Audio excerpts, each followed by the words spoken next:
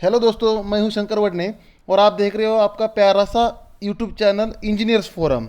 तो दोस्तों, इस टॉपिक में हम देखने वाले हैं difference between stress and pressure.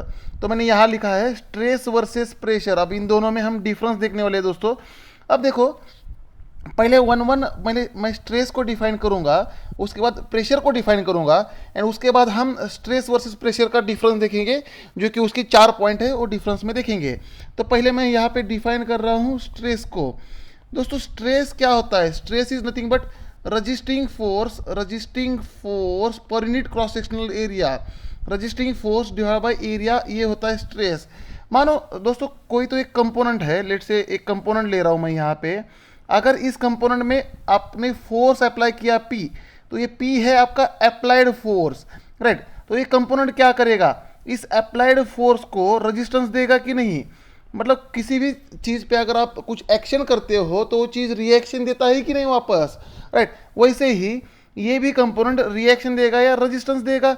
अब इस रेजिस्टेंस को मैं यहाँ पे R से लिख रहा हूँ। तो जो स्ट्रेस होता है, ये स्ट्रेस होता है resisting force per unit area. अब एरिया दोस्तों, इस केस में जिस एरिया पे एक्ट हो रहा है वो रेजिस्टेंस या फोर्स, उस एरिया को लेना है। The area on which force is acting, ये होता है यहाँ पे एरिया, राइट। लेट से अगर मैं एक कंपोनेंट लेता हूँ और ये इसका सर्कुलर क्रॉस सेक्शन एरिया है, ये उसका एरिया होगा। मान लो इस एरिया पे मैंने ए वाला फोर्स अप्लाई किया, राइट। तो इस फोर्स को रेजिस्टेंस आएगा ना।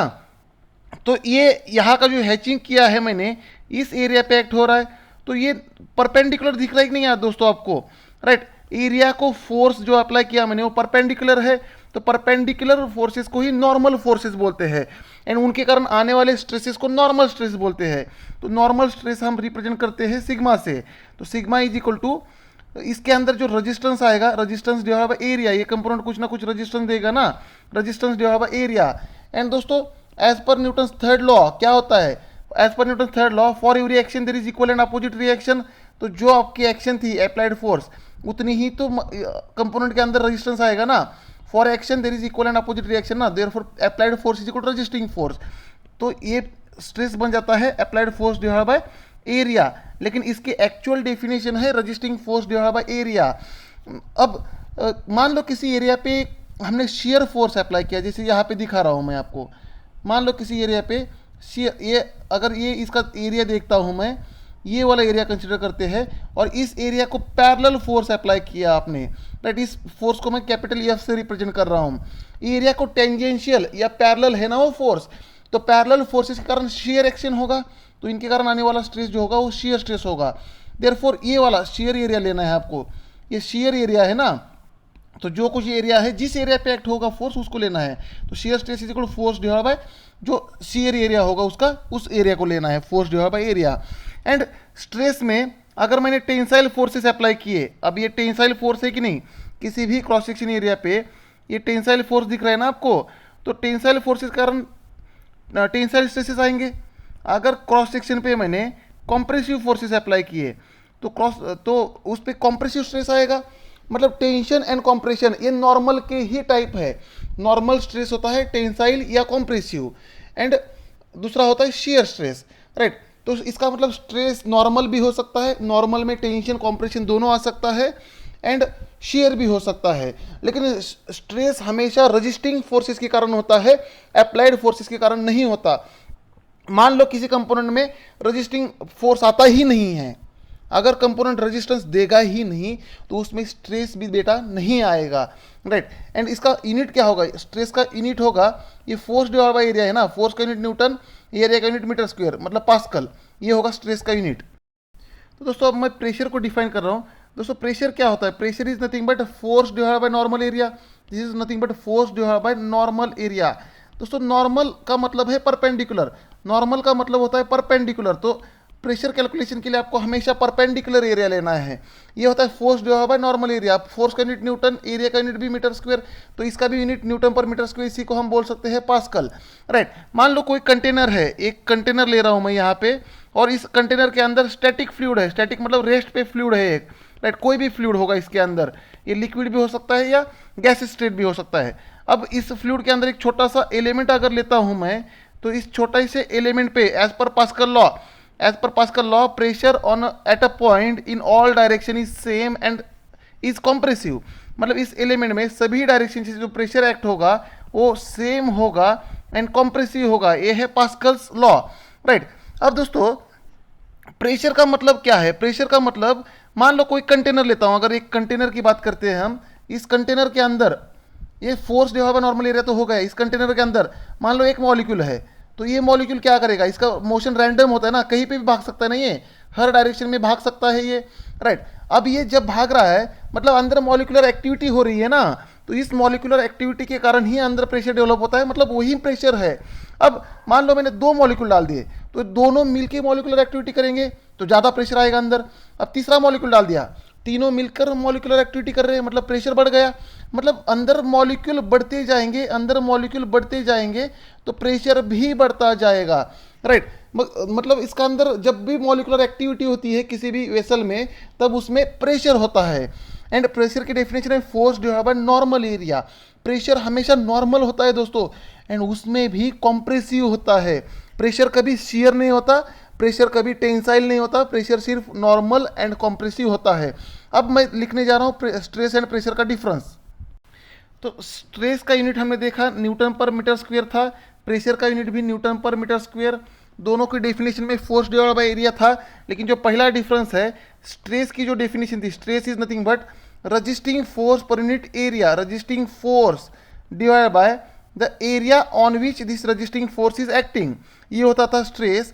एंड जो प्रेशर की डेफिनेशन थी, प्रेशर होता है force divided by force, applied force divided by normal area. Pressure के लिए हमेशा आपको नॉर्मल एरिया लेना है, लेकिन स्ट्रेस के लिए एरिया नॉर्मल भी हो सकता है एंड शियर भी हो सकता है।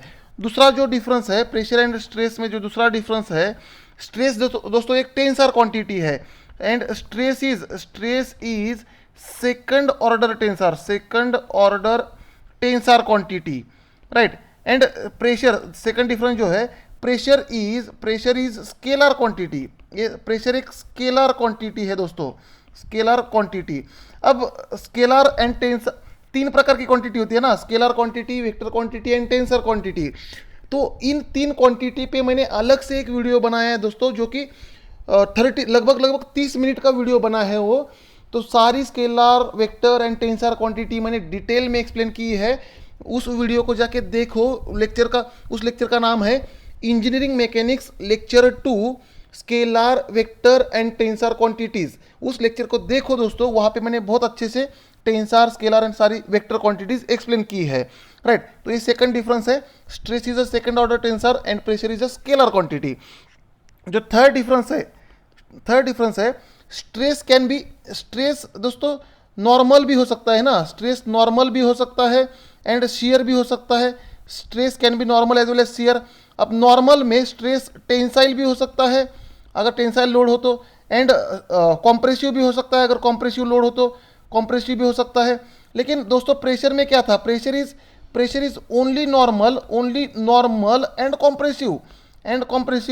मतलब प्रेशर शियर नहीं हो सकता, प्रेशर टेंसाइल भी नहीं हो सकता, pressure is only normal and compressive, right. जो फोर्थ डिफरेंस है दोस्तों इसमें, stress is induced quantity. Stress एक इंड्यूस्ड क्वांटिटी है, इंड्यूस्ड क्वांटिटी का मतलब generated quantity. And pressure is applied quantity, pressure जो होता है अप्लाइड क्वांटिटी होता है। अब इसका थोड़ा सा डिफरेंस समझ लो, ये क्या बोलना चाहता हूं मैं। अगर किसी कंपोनेंट पे मैंने फोर्स लगाया, स्ट्रेस इंड्यूस्ड क्वांटिटी है, मतलब किसी कंपोनेंट पे मैंने फोर्स लगाया तो ये फोर्स अप्लाइड बन गया, राइट। अब इस अप्लाइड फोर्स को ये कंपोनेंट रेजिस्टेंस देगा, मतलब इसके अंदर रेजिस्टेंस इंड्यूस हो गया।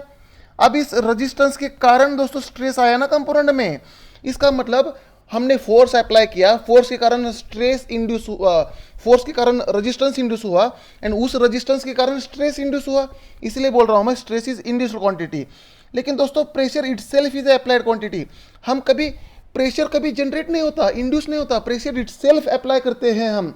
जैसे कि आप जिस रूम में बैठे हो, तो रूम के अंदर कोई भी चीज़ ले लो, आपका पेन ले लो, आपकी बॉडी ले लो, आपकी नोटबुक ले लो, चेयर ले लो, हर किसी पे प्रेशर क्या है दोस्तों, एटमॉस्फेरिक प्रेशर है कि नहीं।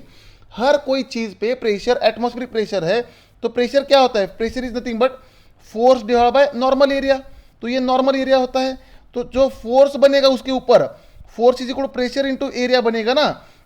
इसका मतलब है आपके रूम के अंदर जितनी भी चीजें हैं सब पे प्रेशर सेम है, मतलब सबके ऊपर आपने प्रेशर अप्लाई किया और हर किसी का एरिया अलग अलग है, इसलिए हर किसी पे फोर्स अलग अलग होगा।